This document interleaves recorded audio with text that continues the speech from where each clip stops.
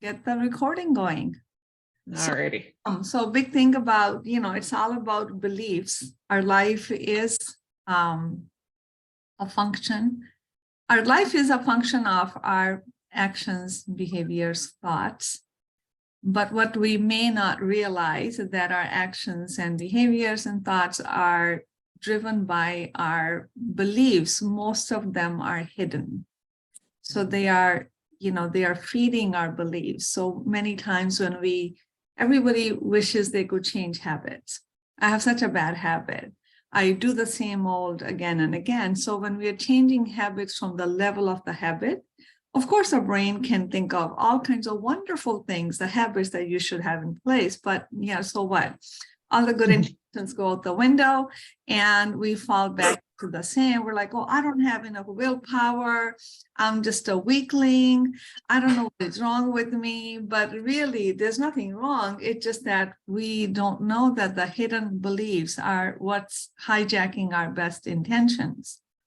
So you can't change habits from the level of the habits. You've got to change the beliefs that are driving the habits. The habits are reinforcing the beliefs. So even that, you can't really even end there. So beliefs, my belief is I'm not good enough. It's just standard beliefs that every human being, no matter how well put together they are, has. And some of the belief is that everybody got a little dollop of it. We were brought into the culture of not good enough, but many of us have a specific experience that speaks to that. Like, a parent saying, a critical negative parent saying, you're never going to amount to anything. You're too fat. You're not smart enough. You're not this enough. This is not perfect, right? So those voices are running in our head. So we took everybody's opinions of the moment and believe them to be the truth, the fact about us. So because we are not good enough, it can show up in so many ways. It can show up, we just hide away, get into depression, or we overexpose, or we just overdo to try to prove that someone is going to see me and tell me I'm good enough. Look at all the books I've written and all the things I've done. But it never is satiated because it's coming from a big gap, deep hole within inside that believes you're not good enough. So no amount of overdoing is going to compensate for that. So it really is to change beliefs, to change our habits that drive our life. It really is a work of healing. It's going all the way deep into the work of healing. So I keep going deeper, deeper, deeper. So then we change that. We heal that deeper thing that is driving our whole being. And then we naturally gravitate towards healthy things because they line up with us better. So that's the premise of our conversation with, like MIllie said, MIllie and I were just, let's start somewhere. So that's the conversation. So yeah, MIllie, what do you Yeah. Well, a lot of things you said popped out at me, but the one in particular that I want to address is how those beliefs that we're not good enough, for instance, get transferred from one generation to another. So we kind of grow up, we get this from somewhere when we're very, very small. We grow up with it. It's always constantly in the back of our head. And it's just so easy for us to say something to a very small child that resonates with them in a negative way. And I don't think we realize as adults how much power our words have in the mind of a small child. And it's very sad. It's like God's word. When mom says something, dad says something, we believe it. Yeah. Mm-hmm. Yeah. Ancestral wounds. That's what it really is.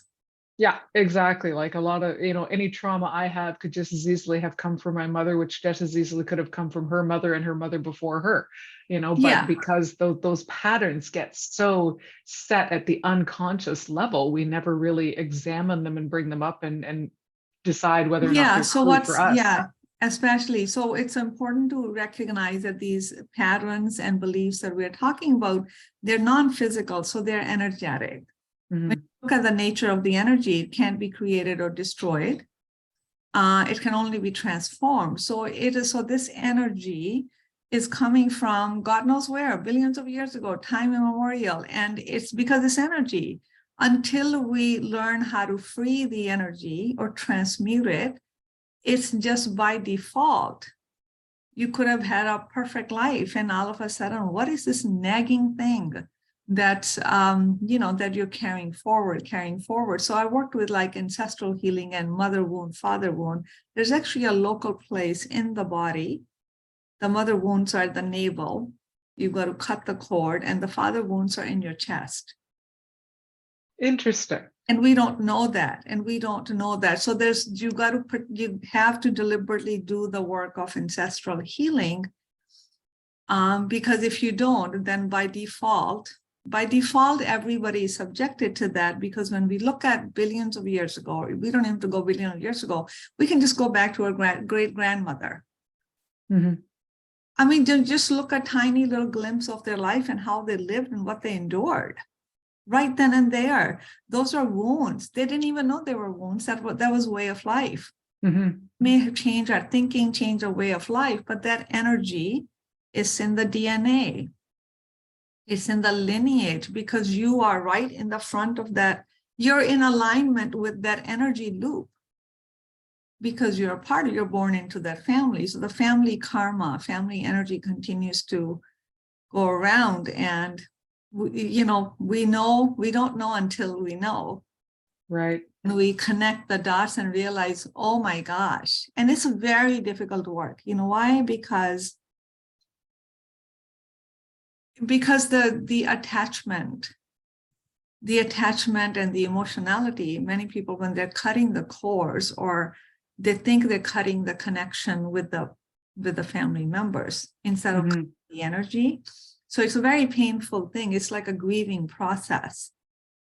Even to be different from your tribe, it's a grieving process, because like, who am I? If I'm not that, then what am I? Mm-hmm. So identity crisis. So it's a difficult work. And so much of it is at an unconscious level.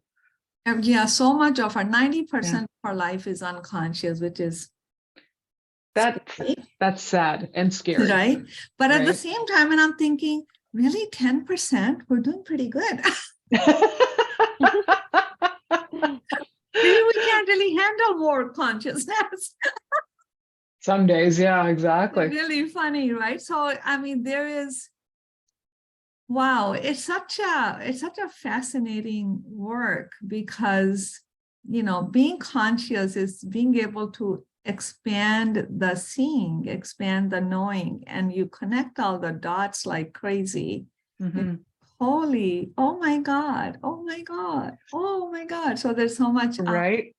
like, it's really, yeah, it's quite a process of becoming the who you are, Yeah.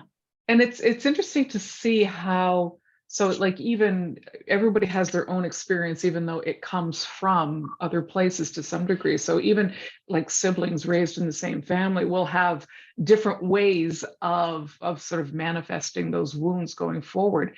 And it's interesting to see how some people, and I've got to tie this back to money because that's my area of expertise, but how people relate to money and abundance and wealth and resources can definitely be affected by any kind of trauma or wounds that came back in the generations before them. It's sort of almost a cliche at this point, but if your parents or your grandparents grew up during the Depression, you get the cliche of the yogurt containers in the house, then the rinsed out Ziploc bags. Yes. Right, Yeah. all those kind of things, right?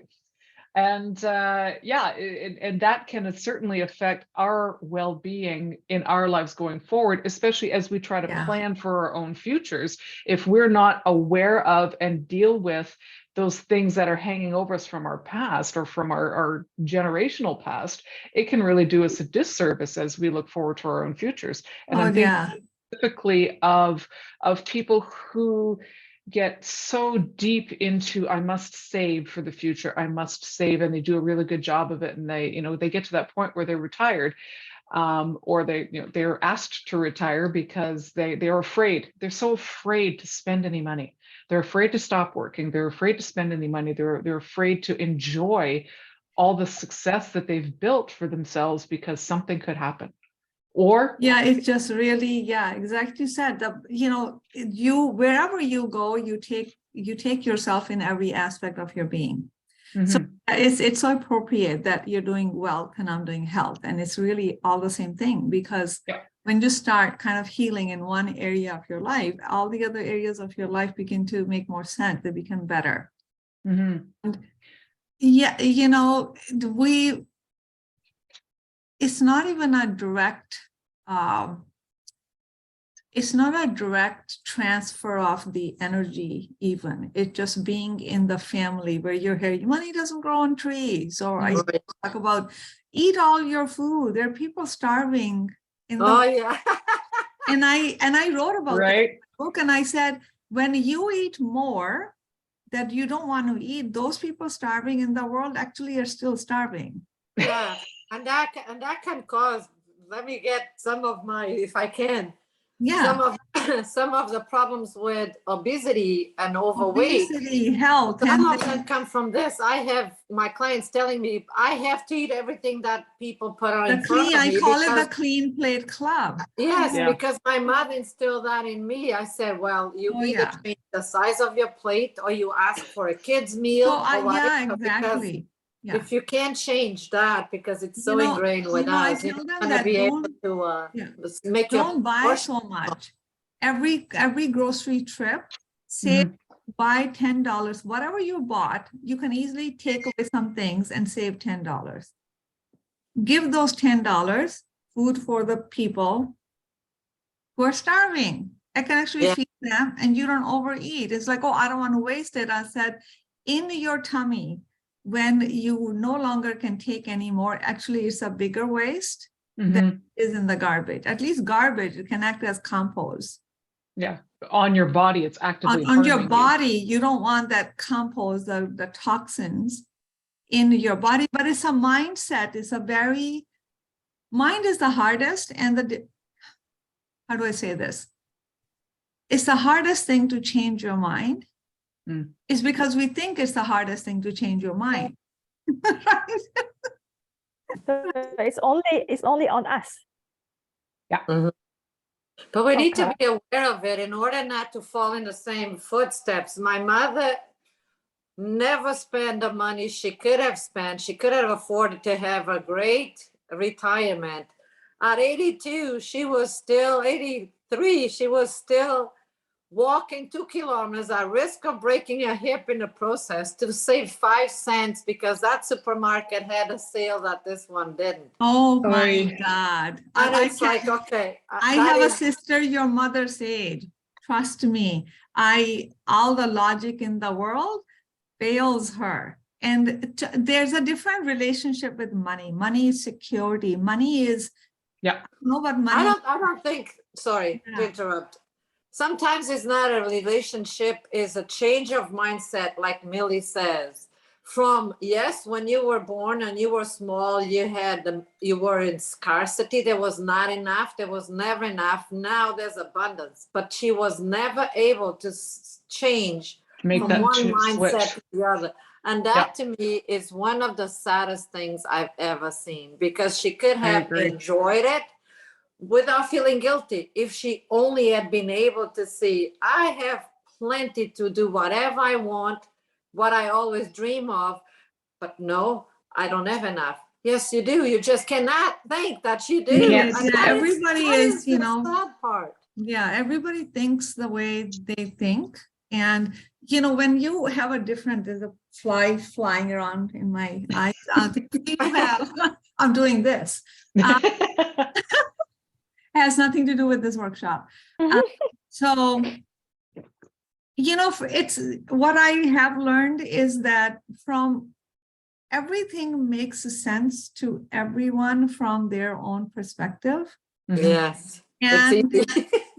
And the thing is, mind is a very pliable thing. It means that it can be manipulated into believing whatever you want it to believe. So whatever beliefs they have, they can give you 100-point explanation as to why they are correct. And actually, in fact, every single human being on the planet can do that, Mm. right? So when you are kind of sitting in that, everybody has their own mental groove. It may be bothersome when you have a different mindset, because it's kind of like you taste so much, you taste the ice cream, so to speak. And you're like, oh my God, you could taste this. You could really experience this. And you just stuck in the mud here. You won't get out of your own framework. But it's our experience. And it's so hard to. Not experiencing the frustration that you might be. That's what I remind. I'm like, it's not bothering them as much as it's bothering you, Mina. Yeah. You know what? Let it be. They're fine. Everybody has their karma. And that's how, and I remember being in the work of healing, I wanted to heal the whole world because I knew I could. And I'm like, you can do these things. Stop hurting. But then I realized, no, they're not ready there. They're not ready. They're not willing. You know, the nail in the foot is not bleeding them enough. Mm-hmm. And they're good with it. So I just, it's like, so now it's like, I don't get, but it's like whoever is ready, you know, wherever you are, if you want to do that, then that's what they're doing. And they seem to be okay with it. Not from my standpoint, but From their standpoint. Yeah. Well, Mina, it's like you were saying, I think it was you that said to me the other day. So like as people who serve, you know, health, wellness and financial wellness, and Teresa, you're in the health field as well too. So when we're looking at the people that we serve, and I believe it was you that said we have to remember, just for our own protection as well, so that we're able to continue doing the work, that we have to remember that we are the lighthouse and not the lifeboat. lifeboat. I know you said that, and I thought that was so brilliant. I love that. You are here to show the light. The lighthouse, not the lifeboat. Yeah, I know. Yeah. You And know, because that it really just you putting it in those words. It was like, yeah, that's like my word. That's exactly the realization that I've come to. We think, you know, they need saving, but people are like, no, I don't need saving. I'm fine. Mhm. Problem, because it really is, because we really need to see their mindset where they are. They seem to be fine with it. You're Well, not.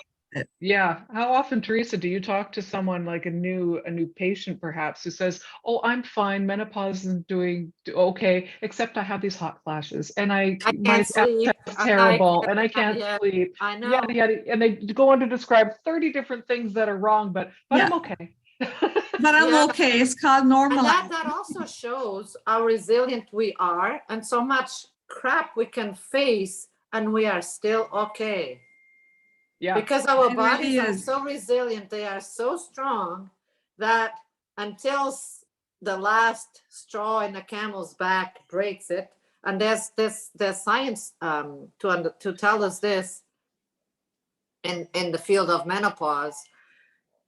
Many women are stuck between two generations, whatever. So you have parents that need a lot of care. You have a child with special needs. So you are divided between the two of them. You're working a full-time job. You are stretched and thin. Mhm. On top of that, you put 1/3 thing, and that can completely change the balance and just bring you down. And sometimes that one thing is menopause, lack of sleep, all those things. Or you could be doing fine with your menopause and you have a hard job, and then you get a divorce, and that just brings you down. There seems to be a threshold of how much pain you can put up with, and when a third thing is added on, that's when we just collapse. Yeah. Yeah, it's funny. It's interesting, Teresa, that I'm going to be doing a talk on menopause next week to women's groups. I'm like, you know, menopause is such a transitional time, but we're starting with, I said, well, ease into menopause with nutrition, and then I'll bring the other things. Exactly. I have patients who are like 67, 68 years old, still having hot flashes. Oh, yeah. Because they never did anything, or they keep on doing those, bringing in are you in the NAMA, right? Certified menopause practitioner. I didn't even know there was such a thing. Yeah, it's through the North American Menopause Society. Wow. And, they're still doing the bioidentical hormones and whatnot. And I'm like, well, is it working? So then if it's not working, And everybody wants a quick fix, and you got to start with the pillars. No, of the- it's like, it's just, you know, menopause is a time for house cleaning. And, you know, Oh, yeah. our house cleaning, right? Clean the closet. Talking about our beliefs, right? And that's where things really come to head, because it's a transitional time. Mhm. Yeah, and it's a good Things time come to to. head. It's a hard time for many, but it should also be a time of awareness and a time of discovery, because menopause and aging now are hand by hand, right? So we have to think about, okay, I'm feeling this, that, and that. Until now, I've been fine. I've been able to do everything. And now these things are creeping out on me. Is that menopause or is that aging? Whatever it is, it's a good time to watch and observe what's going on, and then make goals and act on who do you want to be at 60, 70, 80, 90. And some of us may live up to 100. If we don't have a good foundation now, we're going to age miserably. And that ties into your Teresa? retirement planning as well, right? May I Exactly, interrupt? Everything goes hand in hand to give us a better future than we could have if we just leave it to the lucky stars. Luck of the draw. Yeah. Yeah, Teresa, may I interrupt? I do want to keep the conversation on the beliefs, because and Yeah. I, We're getting you too know, but practical you and now. I are kindred spirits. We're going to have many, many conversations, and I would love to. But I do want to keep the conversation because there's two other people who came to listen to just that. Hi, Shannon. Yeah. Feel free to unmute yourself if you like. So We're do not we offering. do want to keep the conversation. Hello, on that. So going back to so what are we going to do about our, you know, here's the thing.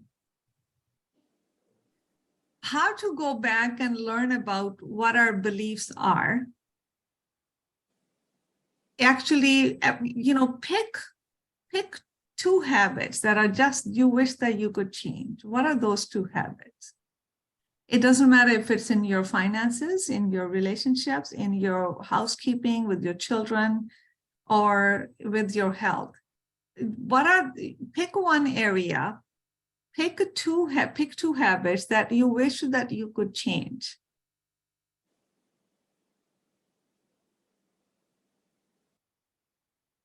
I have one. You don't have to tell us. It's really for you to do that. You can write it down. And then, so out of those two habits, you know, glance at them, and it's like, those two habits are telling you something about you. An example would be, I was late for my appointment. Then you realize, oh shit, I'm actually late every time for everything. So I show up late. What's the deal here? So the common denominator is I show up late. Why do you show up late? That's like, why? So instead of saying, from now on, I'm going to show up early, because that's not going to work. You've done that before. I'm never ever going to show up late, and you're late. Why do I ask the question, why? Why do I show up late? Some people show up late because they're like, well, I don't want to be the first one. I don't want them to think I'm too eager. Okay. I don't want them to think I have nothing to do, and that's the only thing I have to do. So I so look forward to it that I'm ready an hour before. I do want to appear, you know, fashionably busy and saying, well, I'm busy, I'm just rushing. So, you know, kind of gaining self-importance. These are true things, right? We all do that too. And what's the reason? Is it late because sometimes it's attention directing? It's like, you know, if you're late, people are like, oh, why were you late? Then I have a story to tell.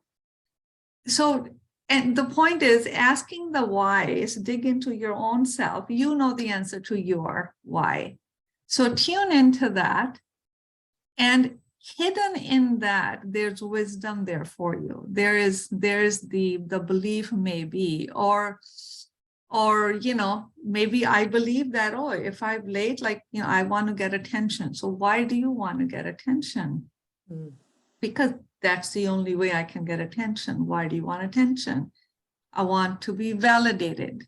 I want people to notice me. Why? Because no one has ever validated me. I don't exist until somebody tells me I exist.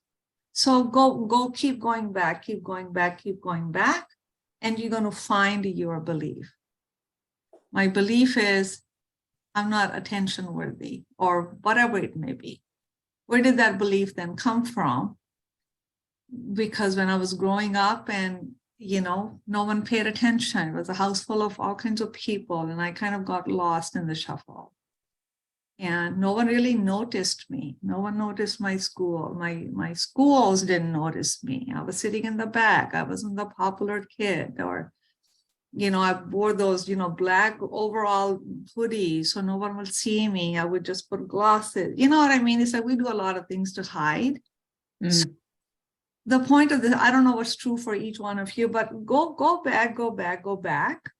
So it's that work. It's like unraveling, untangling to go back to what happened that created that belief. So even if many times we don't have anything really particularly that happened that stands out. So the belief, remember, is energy, it's ancestral. It's something we're carrying from the prior lives, because energy doesn't die just because the body dies. It comes right back to us in our next life.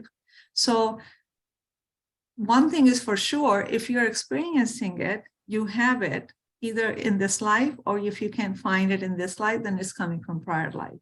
And that's the way to go, get that epiphany. Oh, that's where it's coming from. Now the work is to go back to that and heal that experience, which is a whole new ball game. Yeah. Question. So when we're looking at trying to change behaviors, obviously knowing where the behavior comes from is absolutely important. But when we get to that point of, okay, now I understand where it's coming from. What do you think of affirmations? Used to be, I've noticed that affirmations don't seem to be as big a thing now as they were even a few years ago, repeating over and over, I'm good enough, I'm smart enough, and doggone it, people like me kind of thing is not really as popular as it used to be. What's your thoughts on that? So the affirmations are, you're speaking into existence, you're using language. But if the language is disconnected from how you truly feel, then they're kind of useless. Okay. Because it's really not about what you say. It's more about who you are.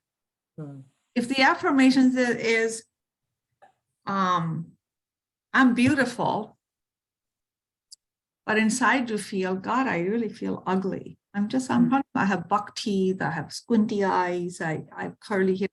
Like, you feel like you're not beautiful, then no amount of affirmations on beautiful is going to cut the deal. Because what you experience in your life is what you deeply believe yourself to be, what you deeply are. It's the vibration. That's a tricky thing, because in many things, we don't know what our hidden experience of being is. That's where the work of the inner work, the healing, is to really dig deep into it. We got to get there. But the affirmations, that's why they didn't work. The movie Secret, there was something missing in it, consciousness. You can put all kinds of charts and whatever not.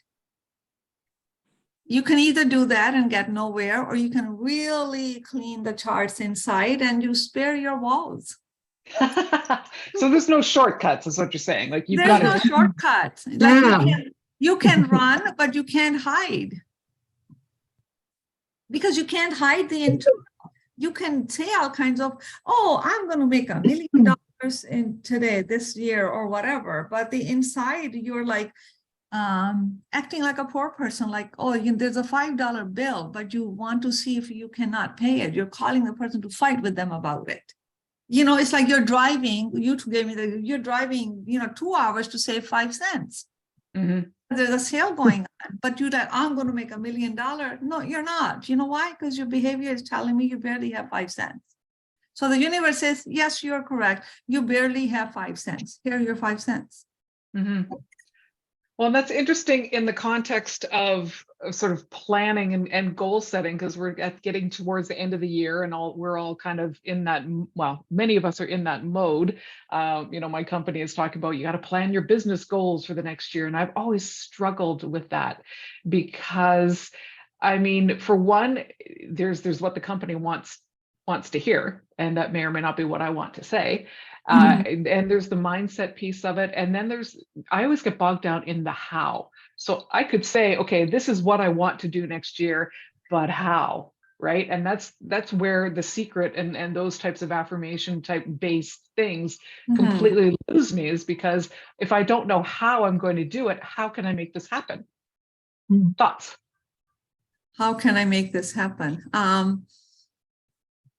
So the how part, I like that, because the how part, that's how in the business world, we're all from LinkedIn, and there's all these strategists and goal setting and all of that.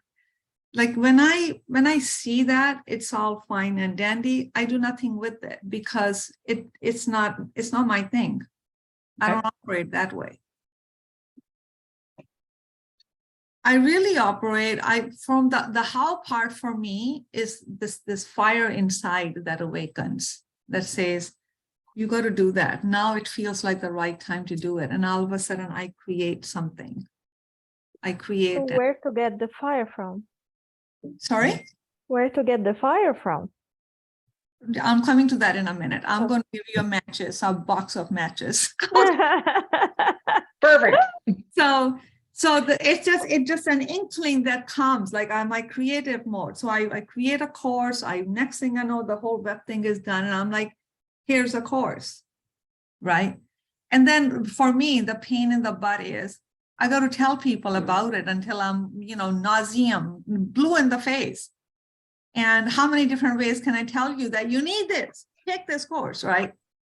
So to me, it just comes from that. And then I do my amateur marketing or sharing whatever I can do. So that's my how part. If someone tells me that, like you've got to, if I have to create something for my business externally, I can't do it. I just won't do it. I can't do it. I don't know how to do it because it's not aligned with me. So for me, it comes from within me because I'm in that mode. This work is my passion. I can't not do it. It's like a force of nature. So I do it. So now your question, Reem, on where to get the fire, that's the work, right? Where to get the fire is to remove all the wood that is still wet from the rain years ago. That's dampening the fire. It's all the blocks, the mental blocks, the experiences, the traumas that are kind of, taking the fire out, is to heal that, to find your fire. Because that's the way. Can I add one thing? Yes, I'm please. like you. I only work when I have inspiration because we have creative jobs, creative work at healing and whatnot. And somehow I can spend 2 hours in front of the computer and I cannot write one sentence that makes sense. And some other days I just get out of bed and go into my computer because I have all these creative ideas. However, if we have to make money and this and that, we have to choose where we're going to make the money from. So I'm supposed to be engaging in money-making activities, reaching out to people to do menopause talks at work, blah, blah, blah. I hate that stuff. I hate social media. I hate all of that, but I need it for my business. So I was reading a very interesting book. If you want to read it, it's called This Year I Will. And instead of asking the why, the woman, the author, MJ Ryan, changed the question to what resonated with me. What is it that you most want? Mm-hmm. So working backwards from that, I have been able for 8 days straight to get out of bed and get into my computer and reach out to people, potential buyers of my talk, because I know exactly what I want. But when the question was put by Simon Sinek is, what is your why? It didn't work for me. So what I'm saying is sometimes you have to ask the question differently, and then maybe you get I like that. What is it that you want? And I'm going to, expand on that a little bit. What do I want today? What I wanted 10 years ago, what I may want 10 years from now are going to be different things because of the level of my consciousness. Increased level of consciousness gives you an expanded view. So you have more to choose from. right? So an example, I give this example all the time because it resonates. I live on the 17th floor. People on the first floor, this is a really kind of a posh area. People on the 7th floor, they may see more garbage cans. Raccoon comes and knock it over, something. And they're like, shit, what do I really want is to kill this raccoons. It's just creating such a mess. That's where they are, right? Me on the 17th floor, oh my God, I've never seen so many lights in my life. I'm like, this is the whole world. I feel like I'm on stage and the world is my audience. It's because that's available to me. So the example is for the level of consciousness. When we have lower level of consciousness, that's why when we tell people who have not elevated the level of their consciousness, I can tell them, why don't you choose this? We forget that they don't see that availability. When you talk about what do you want, the person on the first floor is like, I want a gun. I'm going to shoot this raccoon, or somebody put the garbage can somewhere else. And what I may want, thinking, oh my God, what is that bright red light over that far away building? I want to go see that building. Well, the person on the first floor never even saw the darn building. They're stuck in the raccoon. So, we're talking about beliefs about your health and your wealth. Really, health and wealth, two things that create the quality of your life, two things that people worry about the most. There's no magic, people. Increase the level of your consciousness. Get onto the 2nd floor, 3rd floor, 4th floor, 17th floor. That's raising the level of your consciousness. Now, how do you do that? Meditate. 10-minute meditation practice. Start with 10 minutes.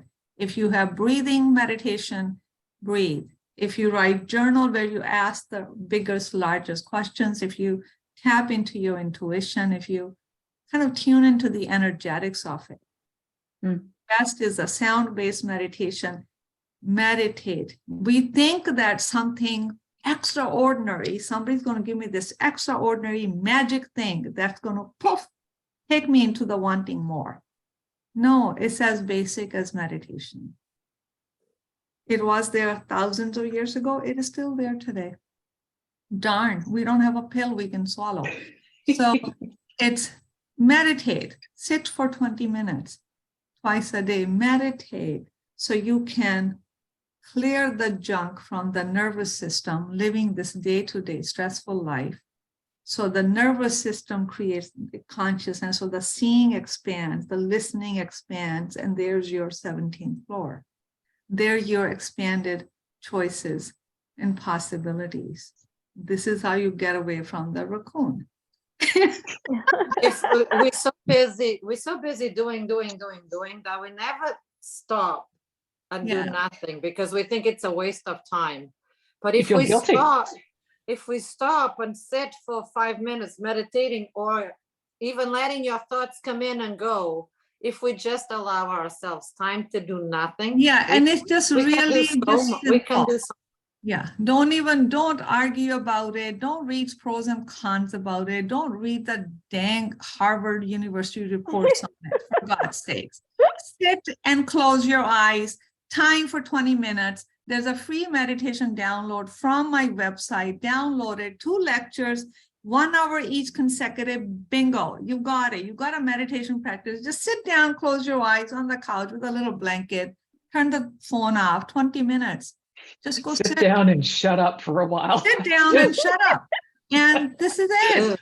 It's like your body is going to thank you. Your psyche is going to thank you. It's just even if your heart is going to be, your head is going to be flooded with stuff, let it be flooded with the stuff because it's coming out and it's leaving. If you don't give it a chance to come out and leave, it's going to find a way in your tissue somewhere. Pain here, ache there, headache there. Get rid of it. So it's a cleansing. It's a way for you to clean the nervous system from all the experiences that we endure from day to day, and we don't know what to do with. This is, you want to change your beliefs, you want to change your mindset, connect with. You are abundant. You're born healthy. You're born wealthy. It's a mindset that makes one person millionaire, makes another person a poor thing. And you know, I'm a CPA. Don't tell anybody. I have a long detour history. So I did tax returns for people. Okay. I did tax returns. Some of the tax returns I charged $250. There were people, I know their income. They paid me in 5 installments of $50. They had time. You're doing a $250 tax I know return, not making 20 grand a I year. know their money, right? And I'm thinking, oh my God. And I am the one who's getting $250 per return. I live like I'm thinking, oh my God, I would never pay somebody $50. It'll drive me nuts. I'm like, no, take the money today. My bills don't even come to you. I pay them because I don't want to be bothered. Right? I don't want to buy, like I pay everything all at once. I don't care if it's due on the 15th. It's got to go. So go now. So I don't have time for this. So you see the mindset? So we can't fix it with the logic. Mhm. We can't change people who are going to, you know, I have a sister, your mom's age. Trust me, it cannot. And I can't even teach her meditation because she won't learn anything. She has this. Because you're the little sister, and how could you mala thing possibly know that's better? like 5,000 meters long, and she keeps doing these thingies on it, like the rosary. Oh yeah. Ever, and while watching TV and chatting, I don't know, whatever she's doing. That's what she's doing. But I mean, she's happy. She's content. So, what's the big message? You want to change your beliefs. You want to change your habits. Dig deep. Along with digging deep, raise the level of your consciousness so it's more available to you. It's just simple meditation. Yeah. And no one can do it for you. No one can do it for you. You've got to do it yourself, and you can't do it for your clients. No matter how many different lectures and webinars you go to, and they look like, oh my God, they have the secret. They don't. This is the secret. I just don't put it in fancy words. I can do a fancy webinar and make you believe there's something magical about to happen here. It's the same old shit. Okay. This is it. Yeah. But you got to put in the work in order to get right. You know, sometimes life is just ordinary. Life is about meditate, clean your dishes, cook the food, eat, go to sleep. But yeah. And do it again with the present. It's living an ordinary life consciously. No magic. There's no bells. Nothing wrong with that. Mindfully. No bells or whistles here. There's no other gadget out there that's going to make your life better. It's going to entertain you. But there's absolutely not. This is it. The sophistication of life is in the simplicity of it. Yeah. So, you know, and it's, everything else is really just distraction. And, you know.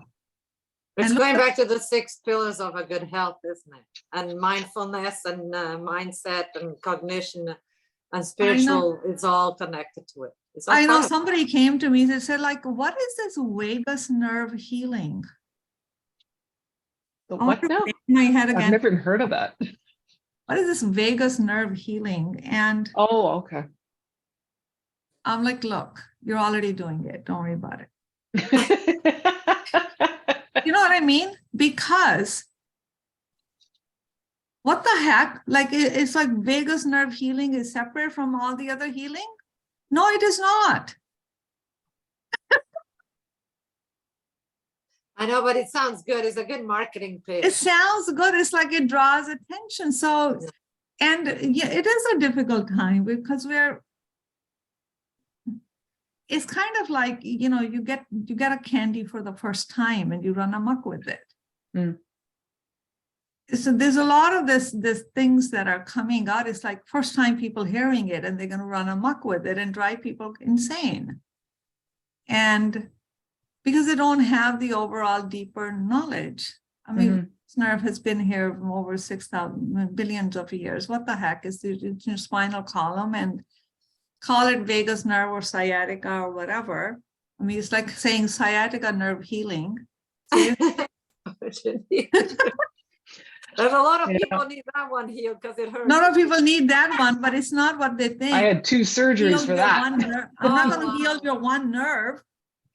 It's your whole being. The pain, you know what I mean? It's like the pain is here. Yes, I know it's here. It didn't come from there. Yeah, it's a Let's holistic go approach everywhere. about I have a story for all of that, actually. So when I first started in financial services, I was working self-employed for the first time and working on commission. And it was very stressful for me because I had a lot of very deep money issues, you know, the parents brought up in the depression kind of thing. And I struggled and I worked really, really hard. And I was at my desk, you know, 14, 16 hours a day. And I was working and just trying to force things so hard. And my back started to hurt, you know, right at the bottom, right at the base of the spine. And my back started to hurt. And it slowly got worse and worse and worse. And I would go to the chiropractor and I would get massages and it would be better for a while, but then it would always come back. And it just kept getting worse and worse until I got to a point where I went to see my chiropractor once. It happened to be New Year's Eve. And he says to me, okay, I think I have to send you for a surgical consult. There's nothing more I can do for you. If a chiropractor tells you you need surgery, that's kind of a big deal, right? And I went home and I remember lying on the floor in my living room and putting my feet up on the piano bench, you know, to kind of take get that ankle off your back. Off. Yeah. Right. And I basically froze there. So my husband comes home, you know, 6 hours later and I'm on the floor and I can't get up. Right. So we had to call the ambulance. They had to haul me to Emerge. I spent New Year's Eve in Emerge, which is not nearly as much fun as you think. You know, there's fights everywhere. There's cops everywhere. There's fights breaking out. It was a thing. And eventually I was admitted and I had emergency back surgery 4 days later. So I had 3 days of the morphine and jello diet, which I also do not recommend, although I did lose like a bunch of weight. But I lost like 6 pounds in 3 days. Wow. I know, right? We're going to start that right now. but yeah, so I got this surgery. So the diagnosis was my disc was prolapsed. It was pressing against the sciatic nerve. It was causing the pain. And he went in and he did a little thing and he fixed it. And I will never forget waking up from that first surgery and the pain was gone. And I had not been in pain for almost 2 years at that point. And I did not know what not being in pain felt like. So the relief that I felt was amazing. Oh my gosh. But being stubborn and not taking the right lesson from it, I went back to work too soon. And I immediately was right back into that whole now. And it was worse because, well, now I've taken a month off and I'm self-employed and I've got no money coming in. So I got to work even harder now. And I just kept pushing and pushing and pushing, doing things in my business the way I was told by others should work, but that didn't resonate with me. But I was forcing myself to do them anyway. Cold calling, that was back, and that's how long ago this was. People were still doing cold calling.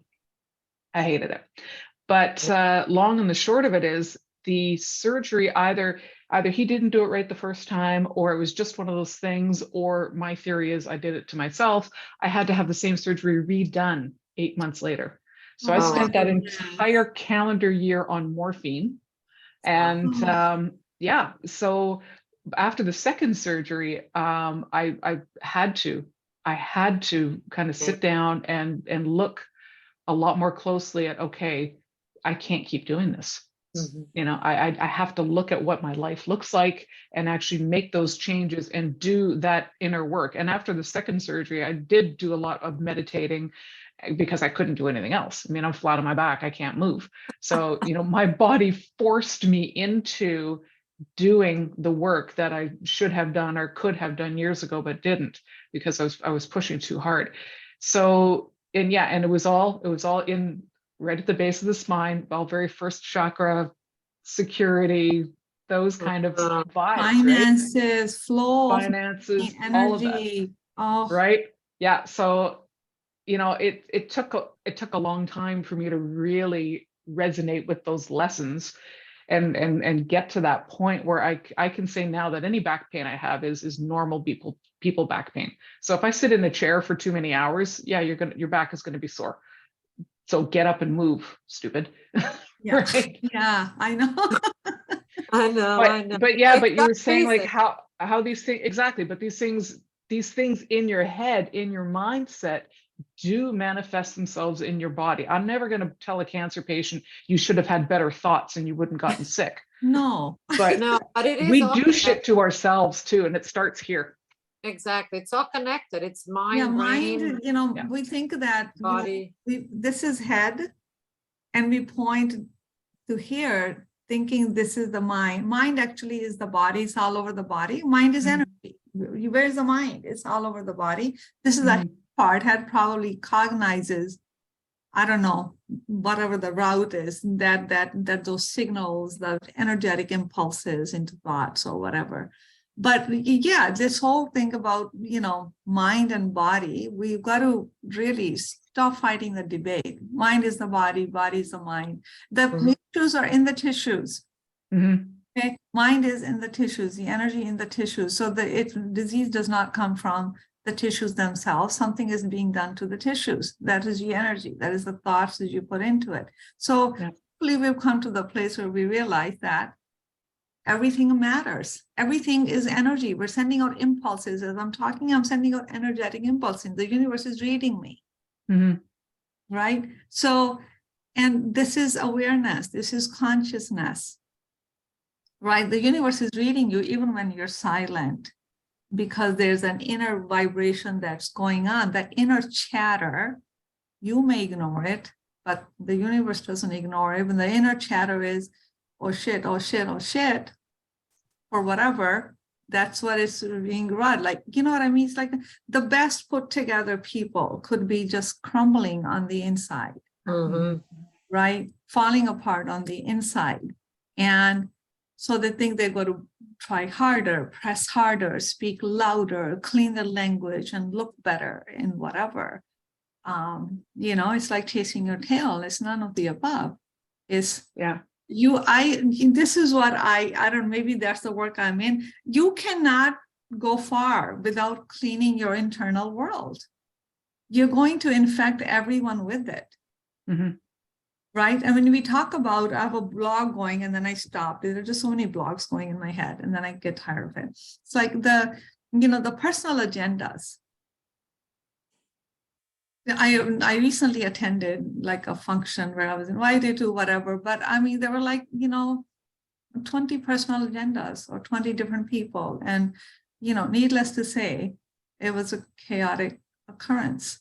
Mhm. So, and everybody got affected, everybody that attended by it. So here's the importance of getting to know thyself, or healing thyself is the same thing. Because you really are, this is like a virus. It spreads. Mhm. The your insecurities, your fears create wars. Your fears, it totally demolishes an entire country, which is happening in the process of I'm in Canada, my neighbor country. You know what I mean? It's Yeah. where is all of that coming from? It's coming from, we're talking about those stuff, the ancestral wounds, the energy, the inner healing, the beliefs, the habits, the experiences. And here's what an unhealed world looks like. What an unhealed person looks like. The examples are in front of us. And look at the damage that's being done to it because of in the world. So it's just we really have to go in. We have to change the direction of how do we show up in the world, not just, nice jacket, red earrings. By the way, did you guys notice? It's my Christmas. I did. They're very pretty. I'm like, okay, I need something Christmassy. I found those, not it's like, how are you inside? If I were to open your tissues up, the energetic impulses, the wisdom and the intelligence. And, we've got to go in. We've got to go in. We don't have a choice. We cannot live a happy external life if the internal life is shitty. Amen. So here's the whole thing about beliefs. We're not going to get rich. It's not about getting rich. It's not about how many zeros you have in the bank. I just gave you an example. The person with the lost a lot of money gave me $250 in 5 installments, drove me nuts. Right. And at some point, I'm like, I don't even want it because I have to now keep a record. I'm not keeping a record of this $250. And it's not about how many zeros you have in the bank. It's a mindset. It's how you live. Are you living like a poor person, or are you living like a well person who has abundant of whatever that person needs?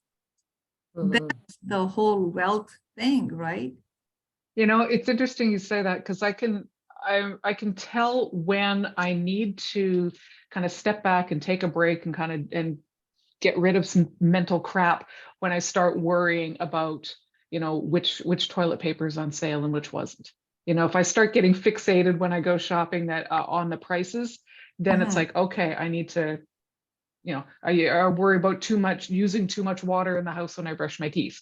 That if you start worrying to that extent, then it's a sign that something is not quite right in your own head, and it's time to kind of step back and have a step back. And it's good that you recognize that and say, where are all these thoughts and stuff is coming from? Is where else everything comes from when we were little, from our beautiful mothers and fathers who really screwed us over. Well, and that's the thing. It's not their fault because they got it from their parents. Exactly. And we are going, in spite of all the work that we've done, I'm sure that, if you talk to my kid, he will pick out 5 holes in me. Dang, how the heck? But so, and that's a human journey. That's a human dilemma. We come here to heal. We don't come here healed. That's why we get put in with those parents, those dynamics, those constructs, those people around us, so we can work it out. We can heal it. The problem is not knowing that we're here to heal it. That we are here to heal it. There's a bigger seeing, there's a bigger knowing. How do I heal it? How do I grow out of it? How do I grow into something new? We get stuck in it thinking, I'm doomed. My parents did this to me. I'm doing this to my kids. Then I die. My life sucks, right? So, but if the pivot is, oh my God, what is this? What is this asking me to? What am I asked to see? What am I asked to learn here? Is there a different way that I can look at it? How can I grow with this? How can I grow out of it? How can I go bigger? Our pivot changes, our mindset changes, then every challenge becomes a growth and a healing opportunity. And there you are, there's that path, or there's this spiraling down, kind of we're circling in the same old hole. We keep going in, back into it, same dirt, throwing it around, go in it. And unfortunately, there are many of us there. But so there's a lot more to us than meets the eyes. And only if we could get to know ourselves more. There you go. And on that note, that's our on that time. Note, it's 1 o'clock. Time. And MIllie, did you want to give people your information that I can add here? Why don't you tell me how? Sure. Well, okay. So basically, you can find me on LinkedIn. You already did. And if you ever want to have a chat about how I can help you with, the boring money part of your financial life, that's what I'm here to do. Happy to do that anytime. And I also have a newsletter that I send out once a week, that if you're interested in receiving that, just send me a message and I can add you to the list. And I'm actually in the process of starting a podcast. And, with It doesn't quite exist yet. I uploaded a trailer yesterday, so I'm very excited about that. But yeah, but these are conversations I really enjoy having, is having those conversations about the bigger picture and how we can relate that down to the smaller things. So I deal with my clients with a very small part of life, but it's life, it's those pieces of our lives that, when they're working together well, can affect the quality of all of your life. So that's my part. That's the way I help. That's the way I want to sort of, it sounds a bit much to say, expand the consciousness, but if I can help someone get their financial act in a place where they can be calm and comfortable and confident about their futures, I've helped them along their path, and that's good work in my world. Yeah, that's wonderful. And you guys can reach me on LinkedIn. I have, coincidentally, this worked out that way. I created a set of workshops. I do many, many different things to kind of entice people to what I do. So one of the things I created is I created a workshop in December, and then every week in January, these are workshops to learn, grow, and heal. The first workshop is next Monday. They're all on Monday, 1 hour, 7 to 8 p.m. EST. And they're Canadian $35 each. So the workshop on Monday is about creating habits that stick.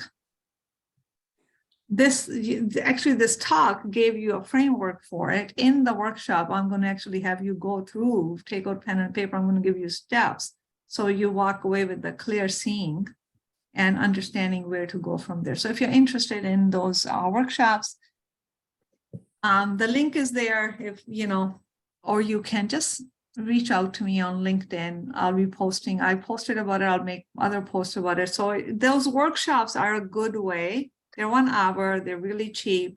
They're very powerful workshops that'll help you kind of elevate your health and happiness in the new year. So many different topics that people struggle with. There's weight loss. There's I don't know if there's something about money, but weight loss. Then I'm talking about how to make like a daily practice of yoga and meditation, making it easy. My thing is, how can I make it easy for you so you get so you do it? Because hard things people Reach. Yeah. Yeah. Exactly. So just go ahead and if you're interested, just reach out to me on LinkedIn and get the information. Thank you. Thank you so much for joining us. I, for one, have very much enjoyed just doing this in a nice, casual, sort of relaxed fashion. Yeah. I thought we had a really good discussion, and I would love to do it again sometime. But I gotta go. I got a client to meet.